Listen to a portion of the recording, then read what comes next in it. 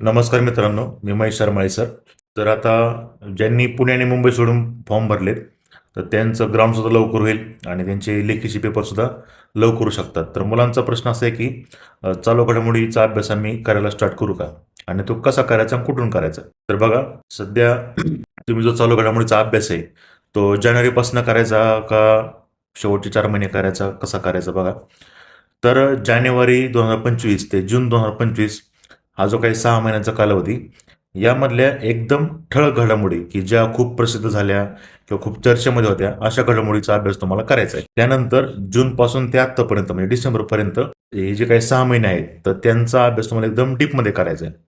समजा तुमचा पेपर कधी मार्चमध्ये, समजा तुमचा पेपर आहे मार्च 2026 मध्ये, तर तुम्हाला जानेवारी फेब्रुवारी सुद्धा करावं लागणार आहे.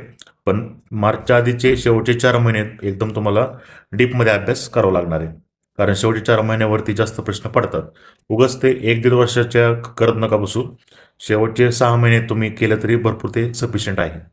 आणि चालू घडामोडी करताना MPSC सारखं डिटेलमध्ये लिहित बसू नका. फक्त वन लाईनर, त्या पूर्ण घडामोडीतलं काय महत्त्वाचं आहे, ते फक्त तुम्हाला एका वाक्यात किंवा जास्तीत जास्त 3 वाक्यामध्ये ती घडामोड संपली पाहिजे. आता तुम्हाला कसं कळेल की नक्की कोणती घडामोड महत्त्वाची, कोणती नाही, तर त्यासाठी तुम्ही PYQचा अभ्यास करा. म्हणजे तुम्हाला त्यातून कळेल की नक्की कोणती घडामोड आपल्याला पेपरला येते. तसं मी युट्यूबवर लेक्चर घेणारच आहे चालू घडामोडीचे, पण तोपर्यंत तुम्ही तुमचा अभ्यास चालू ठेवा. व्हिडिओ आवडला तर जास्तीत जास्त शेअर करा.